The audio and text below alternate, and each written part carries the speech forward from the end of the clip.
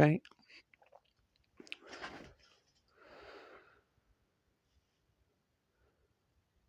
Grappling in armour,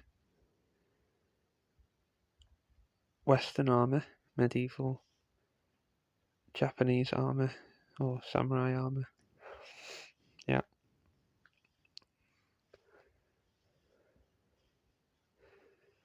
So this is like the very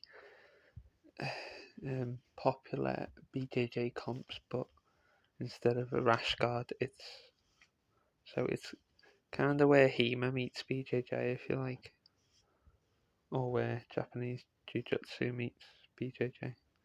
Yeah. So, because you've got your unarmored, which everyone does, but yeah. Then there's this, which is where like weapon to empty.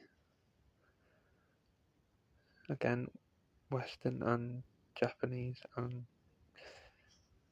HEMA and Kung Fu and yada yada. So if it was saying HEMA, it could be a dagger and Fiore techniques to defend, for example, or German techniques, or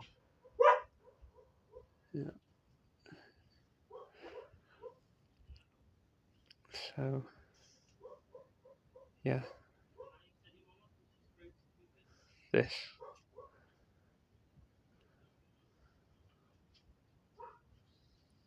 So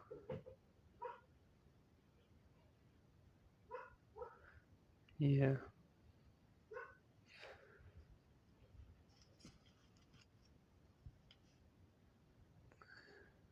So this is one has a weapon and one's unarmed, and then you can have fully unarmed, where both people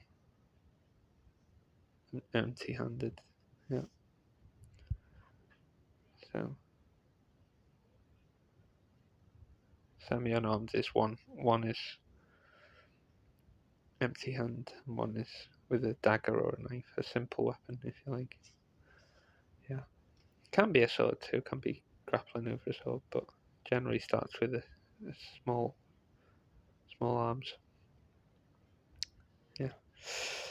And then this can be ring and jacket.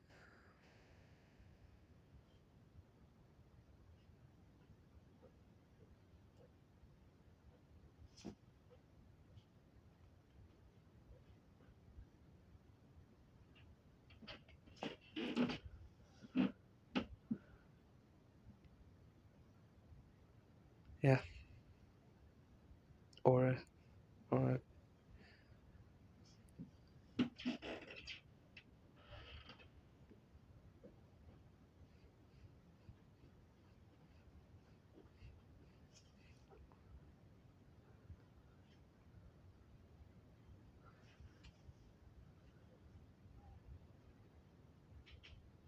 that style of wrestling from Cornwall has a type of Western gi also.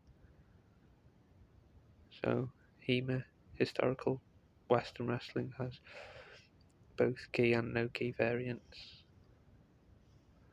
Yeah. And to reiterate, grappling in armour, medieval, Western, or samurai Japanese armour, or feudal. Yeah. Obviously changes the techniques. Yeah. And you never see anyone do it, so. And then concepts are, first of all, no one does outdoor martial arts, really. Not the way they do indoor with tournaments. And again, the reason could just be convention, because that's the reason for a lot of things like hand wraps and Western boxing gloves. It's convention. It's just the fact that it's been done that way, so everyone just does it that way. But it doesn't necessarily mean it's the only way. just convention. So this would be nice to bring nature into it. And if it's drizzly, open walls but with a roof, so to still let nature in. And yeah, so outdoor and semi-outdoor. Yeah, and then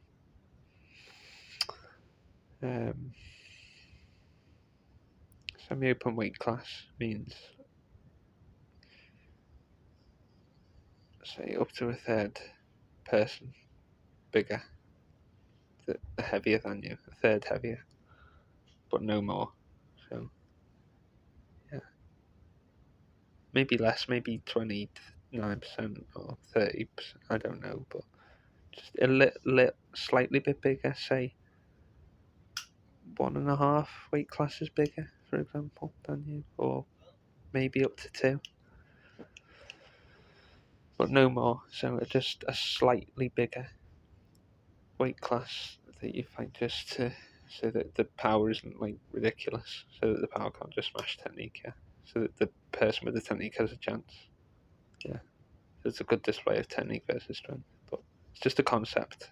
Yeah. I've never heard of this semi open weight class before. So yes. Yeah. And then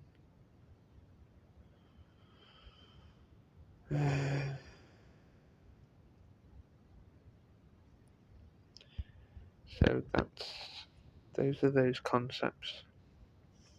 And then just quickly, it's not completely off topic because feudal, it's samurai and Hema stuff. So this is a back flag that you wear. You will have seen them on models, like toy, like Warhammer and stuff, of like little battle models, figurines. This is a back flag.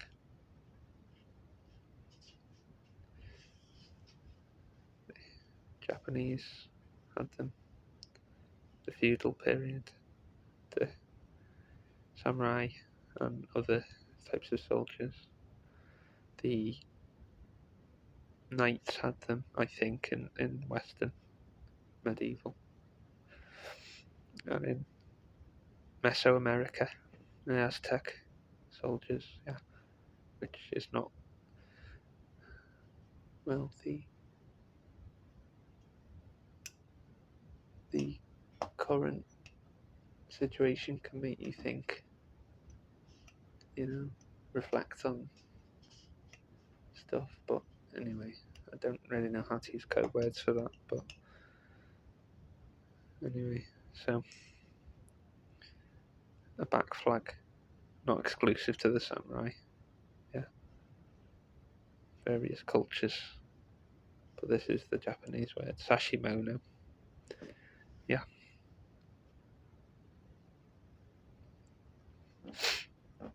So then, if we go to the next section,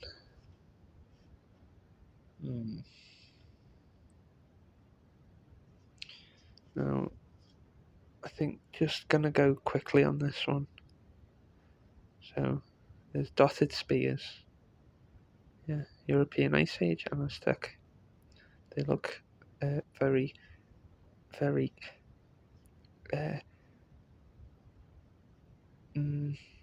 exotic. They look very exotic. They don't look bland. Yeah, they look very ornate because it's quite a bizarre design, but it looks really fascinating. Yeah, so they have a dotted spear, and the sword is in a sense dotted, although that's vertically, whereas the spear is curved dotted. Yeah, or circular, round with the blades. Yeah. So there's two cultures, Aztec and the European Ice Age. They had dotted blades. So like a obsidian blade, then an empty gap of a little bit, and then a blade, and then a small tiny gap, and then a blade to create a dotted effect. Really cool stuff. Then there's Western mysticism, Western ancestor worship. Then there's this song. You see, this song has a squirrel on it. Picture of a squirrel. Um, Done in like a Dark Age style art. So it's like a squirrel, but like crazy art kind of design. Yeah, looks interesting. So when you say mysticism by itself, it's assumed Eastern, but this existed, but it kind of died out or semi died out. Yeah, no one would know what that is now.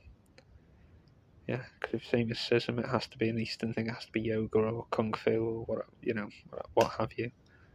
But it doesn't. This thing was a thing and it existed.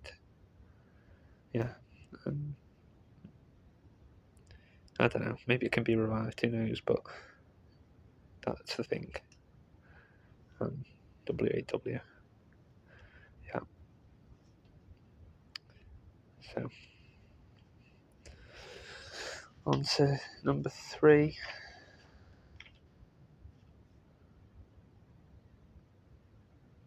Time travel. I'll talk about that in a minute.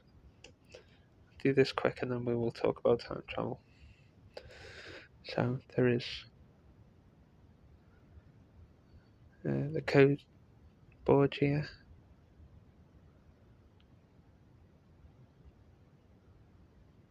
Codex Mendoza.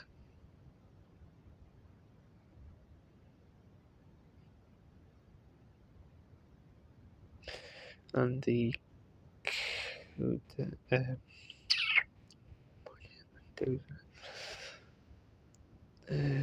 Florentine. So I think the Florentine was by a Spanish friar.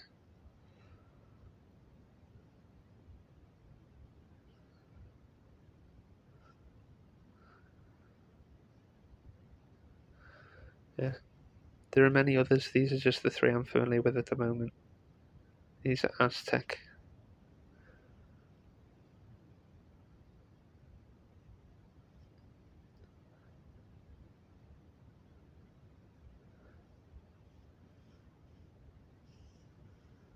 Yeah. So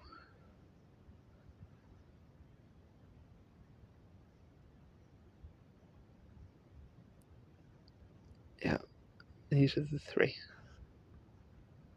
I think that one again by a Spanish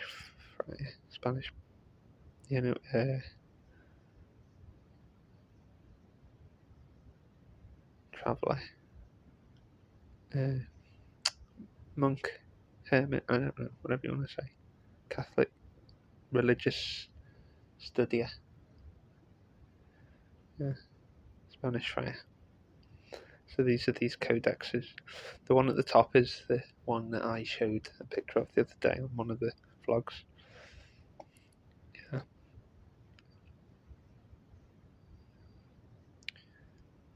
So the capital is called Tenochtitlan, if I can spell it right.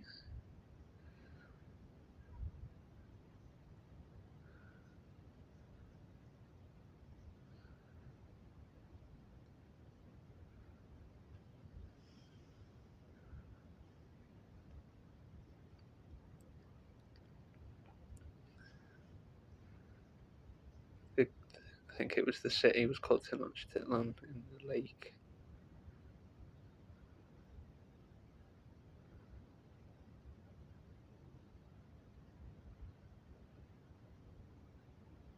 In this lake. No, it was in a valley. So you've got like hills at each side, at right side, left side. Yeah, maybe at the end as well. You've got these hills like rising up and then create in the valley that dips. There's a drained area with pads, floating pads called chinampas, I think. Or I'm not sure if they were floating standing pads or if they were they were the farms. They may have Chinampas, I think, may have been the floating farms. And they had a grid system in order to, like, in order to have the little canoes, boats travelling along the grid system, a bit like we were with cars. So, yeah, Chinampas, I think, are the floating farms. With the growing maize.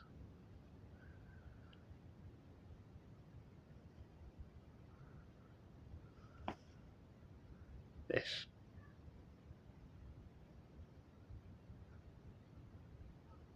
yeah, Chinampas.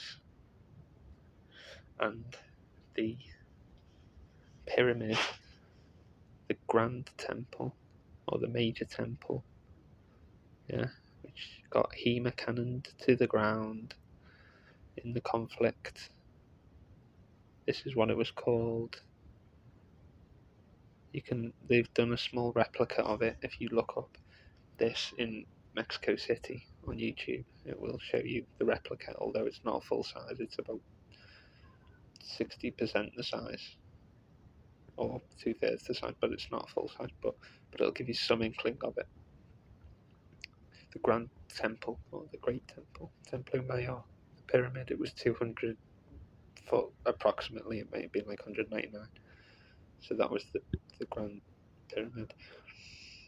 The difference with Egyptian pyramids is their Mesoamerican had like flat tops and ridges like a Toblerone.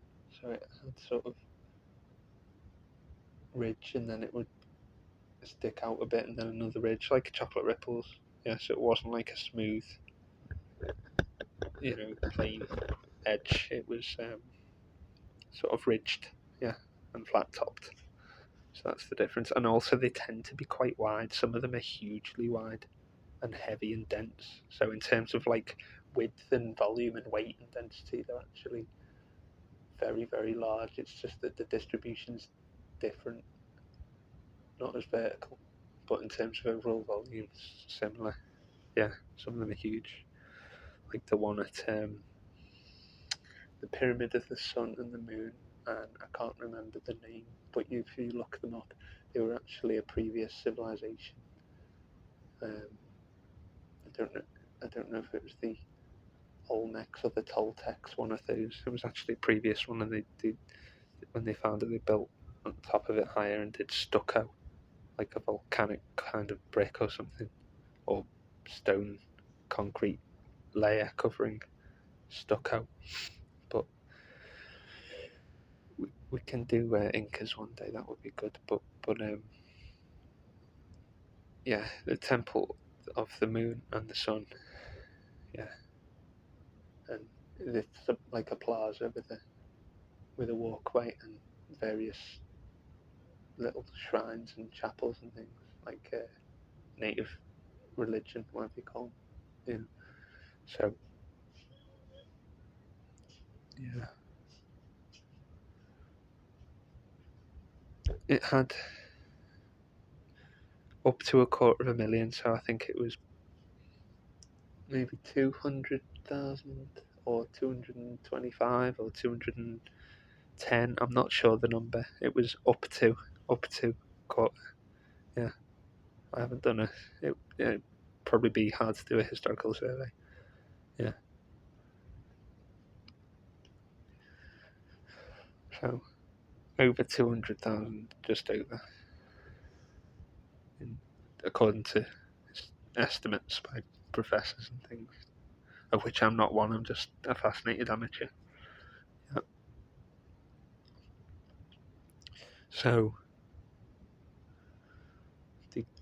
I'm just going to put H for Huitzilopochtli, god of war and sun.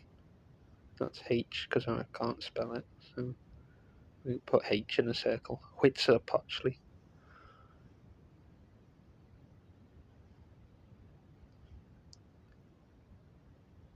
Huitzilopochtli, god of war and sun.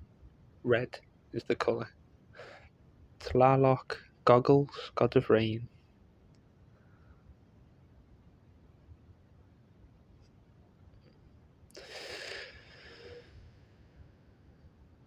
This one I can't spell either, so it goes in a circle with an Mictlantecuhtli, the god of death.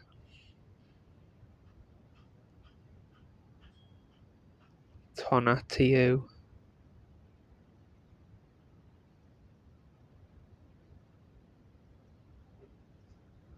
second sun god. If you look at the Aztec calendar, the face in the middle is meant to be Tonatiuh, with the tongue, the dagger tongue or whatever. Tonatiuh, the second sun god. Yeah.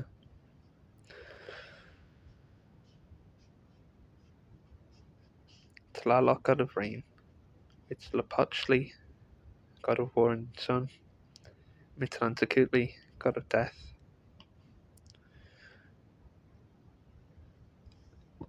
Then they have very dark things. They have the jaguar.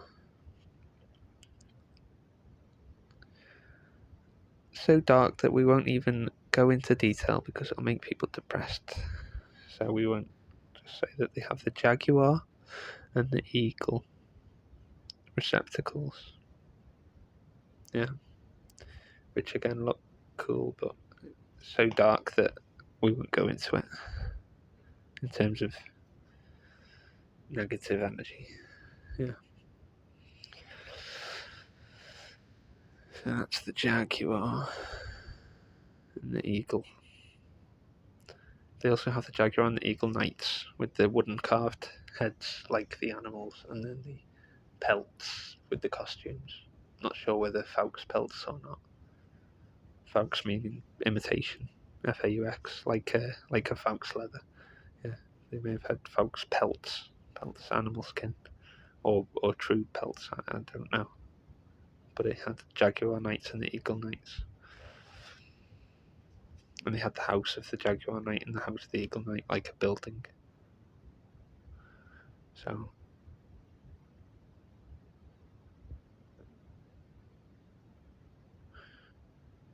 when the Spanish came, they had apparently mastiffs with HEMA armor on them and spiky collars and metal.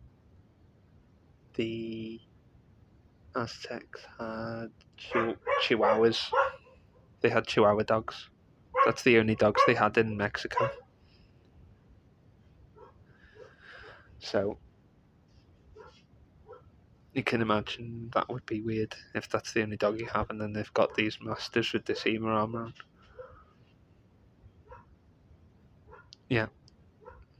And then they have HEMA cannon. Then they have gunpowder.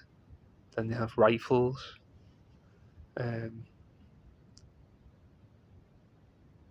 You know. So they thought they were serpents breathing fire. That's a quote I've heard. Again, consult a professor for accurate information.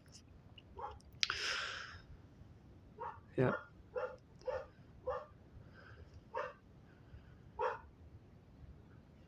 So yeah, they had mastiffs and fire, gunpowder, and steel, carbon steel at that point, weapons, whereas they only had obsidian with the native. They did have silver and gold, they only used it for decorations, for jewellery and decoration purposes. They didn't seem to use it for weaponry for whatever reason. But they, with unarmored, just like with a, say, a Hema falchion, with the unarmored, the Aztec sword, the Macuitl, would be very good at cutting. Both the one-handed and double-handed variants. Whether they did cut the heads off Spanish horses, I don't know. If the horse was unarmored and both the energies were coming forward, if the sword was swinging forward and then the horse was charging towards the sword, because the double clash of energy there, both going towards each other, maybe it's possible. I don't know. They did on some program a test where they had the ballistic gel horse head, and it took, I think, 3 hacks to get it to come off. So I don't know, but obsidian is actually the sharpest material, and I think they still use it in some areas of Western medicine with surgical procedures because it's sharper than the steel blade.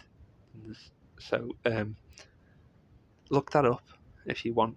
If you don't want, then don't. But if anyone's curious and they want to investigate, you can look up the use of obsidian blade in certain procedures in Western medicine because they have such a sharp blade, such a sharp edge. Yeah. Um, but obviously it's brittle. That's the downside. But with unarmored, and if it hit flesh, yeah, whether human or horse, it would not be pleasant. I think the downside it would have is when it come in contact with, say, a hema blade or a proto rapier, a side sword. It would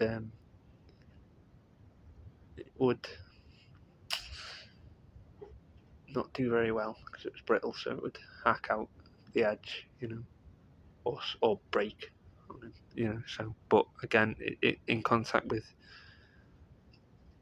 skin or whatever, it would do very well. So, yeah,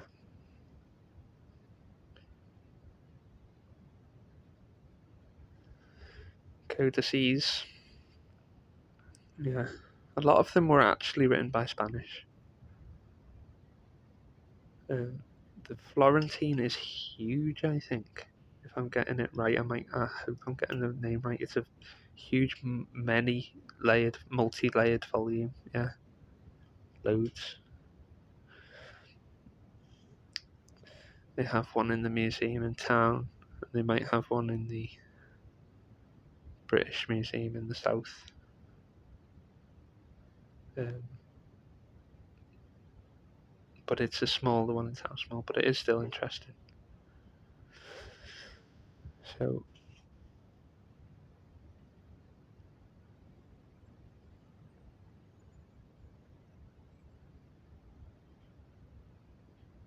yeah.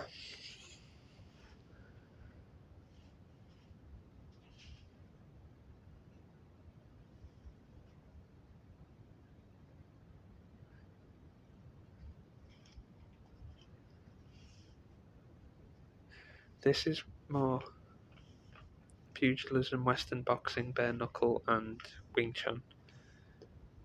Just how to similarize all the punching techniques and center line concept, but it it would require filming myself for these techniques, for these corkscrew punches and things, and I don't like my face to be on the camera, not at all. So I don't know how I would show those techniques without that.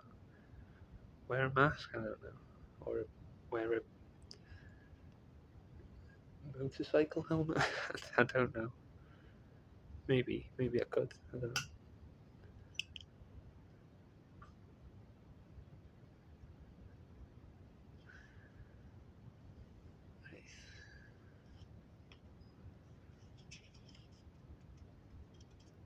Um, so that is, as I say, you've got your vertical fist and you go up, and then that one, and down one, overhand if you like, and vertical, and twisting uppercut or even diagonal, because you can do diagonal. So the hand can be at 45 and it can twist. Or, yeah. Anyway, that's by the by. Yeah. So let's talk about time machines for a second.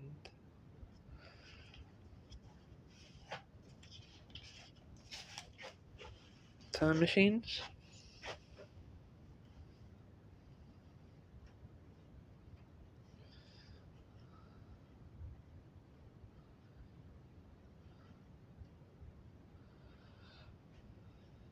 Okay. Right. So in Chester, Old Chester, as I call it, right?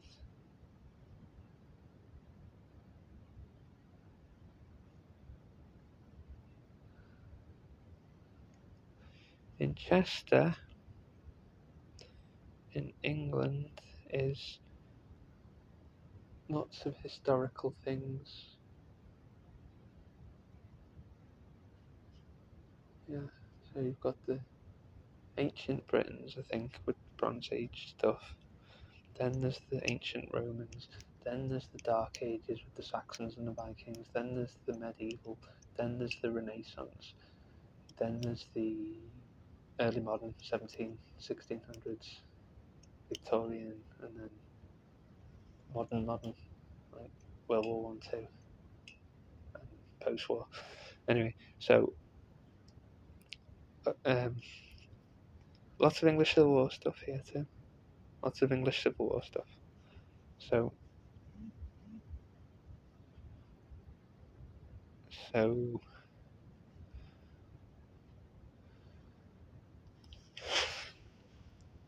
what if?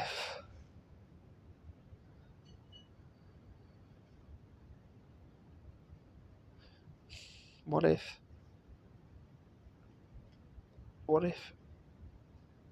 Oh, how can I explain this? There's no way to explain this. I feel this. Um, what if?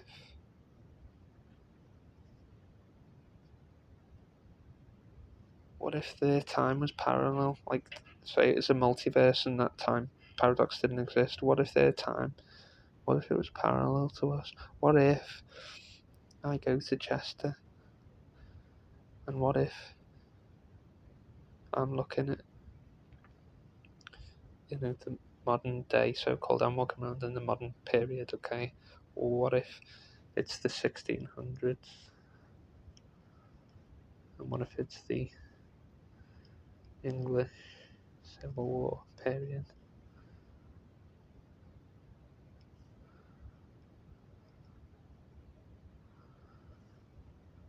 What if it's parallel? What if this modern line here,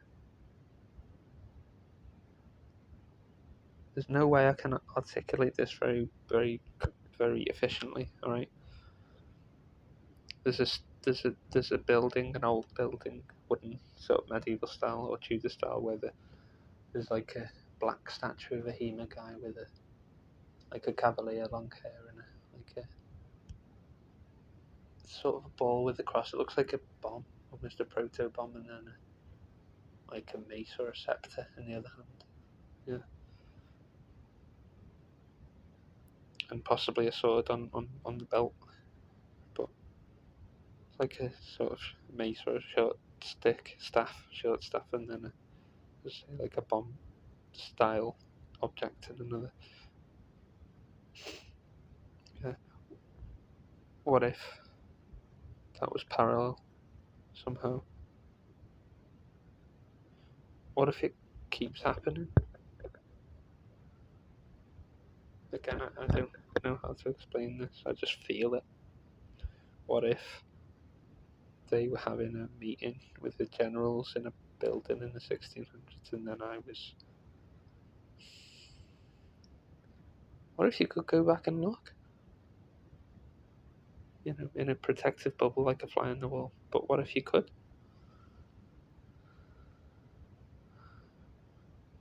What was it like?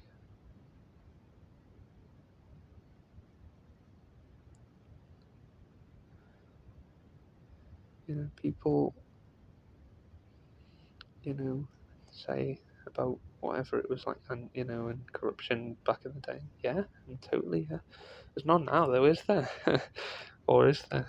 You know, this very strange idea of that it only happened then, and I don't know what that one's about. That's a weird modern idea that modern people have.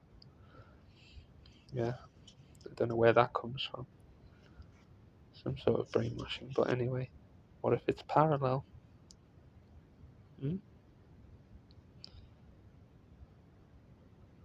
What if Pompeii's happening now in the parallel timeline?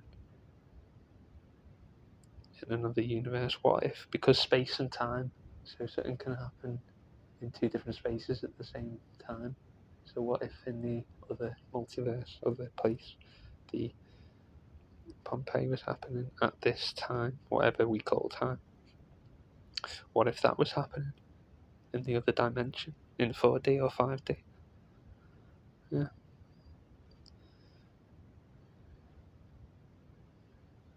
Because I can't articulate this with ROR, religion of rigidity, scientism, but energetically and intuitively, it's a more feminine approach. Yeah. In terms of energy, I don't mean in terms of gender, in terms of energy. Or rather, I don't mean in terms of human gender, I mean in terms of energy. It's a more feminine style. Yeah.